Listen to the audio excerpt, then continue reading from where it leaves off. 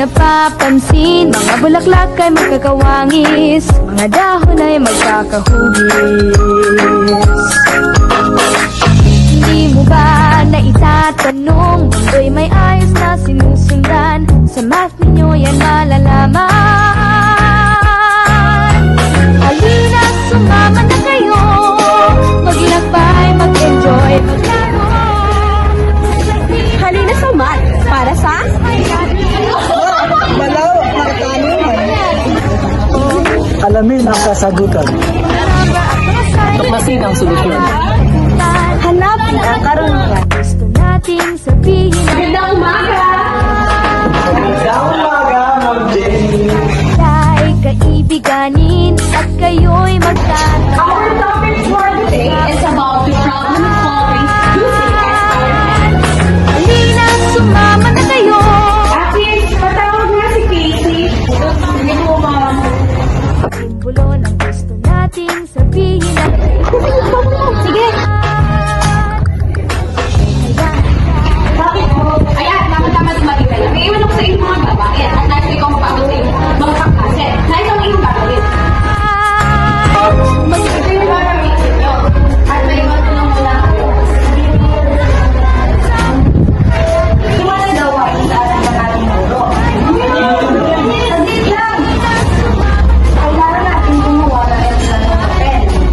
Ngunit ang ekstra ng papel na ito ay mula ng disenyo. Ang kulay ng dark, lighter, at ang panghuli ay sculpting. Gagawin na natin ito ng paper bond paper. At pagkatapos natin ito magawa, ay papalitan natin kung maraming sukatin kung alin isa niyo ang pinakamalayong mararating. Naiintindihan niyo ba?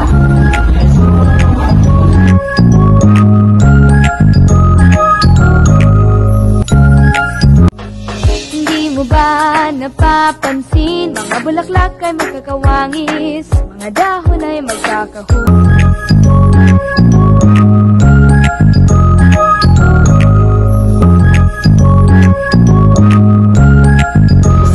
Ako din. Lalabas na tayo. Alamin natin kung ano yung pinakamayong mararating.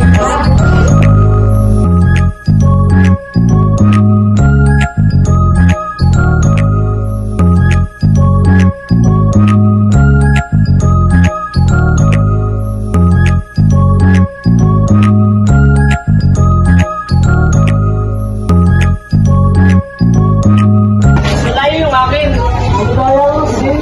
Ba't yung phone? Malapit siya. Bakit?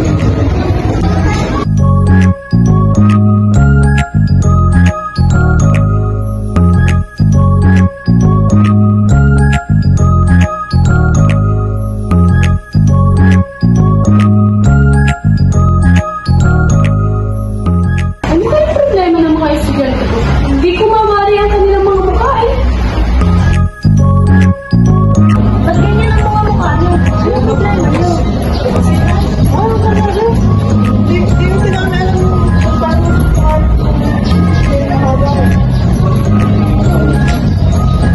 Hindi ko din alam. Hindi ko na ikaw yung mga mukha. Tanong natin sa kanya.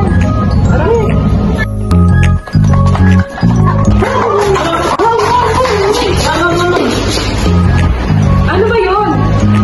Paano po ba namin malaman ang sukat kung gaano pala yung aming palipad ng reklamo? Ganito kasi yun. Wait lang pala. Maupo muna kayo at i-discuss ko sa inyo. Naririto ang gabay kung paano tayo makakapagsukat ng layo ng isang paper plate. Step 1, create a table. Step 2, list the 3 different designs of the paper plate. Step 3, after all 5 trials,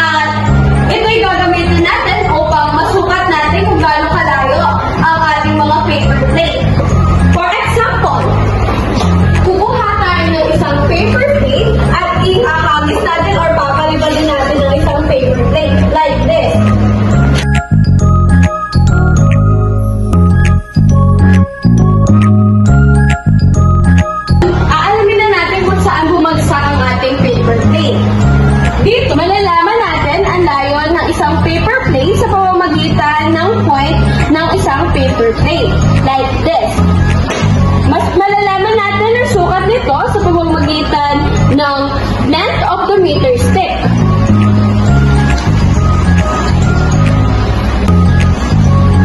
And ang layo ng paper plane is 100 centimeter or the 1 meter.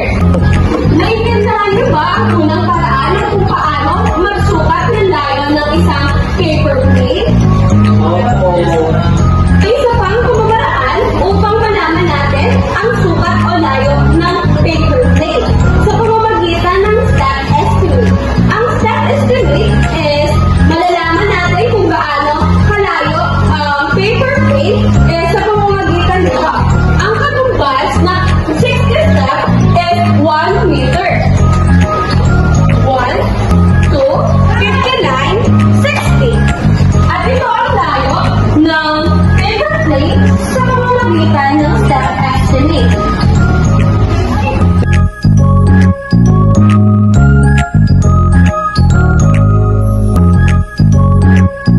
Ang huling step para malaman ninyo kung sino sa inyo ang pinaka mas malayo ang lipad ng paper plane. First is create a table.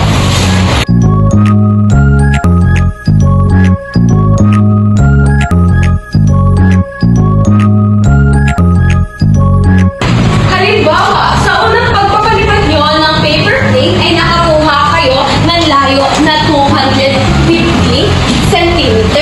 Sa pangalawa naman ay 100 cm. Sa pangatlo ay mayroon kayong 300 cm. At meron naman kayong 150 cm. At 120 cm. Pagkatapos nyong malaman ang layo ng paper plane ninyo ay ipag-a-add nyo naman ito.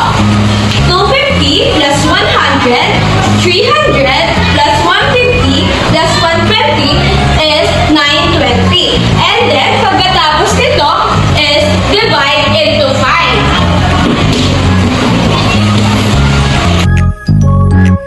920 divide 5 is equal to 184. Ito ang katumbas ng layo ng isang guard.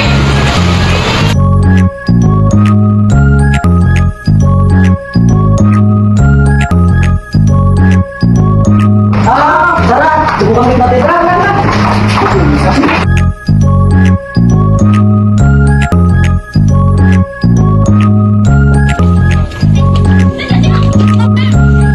Yeah, 350 liter.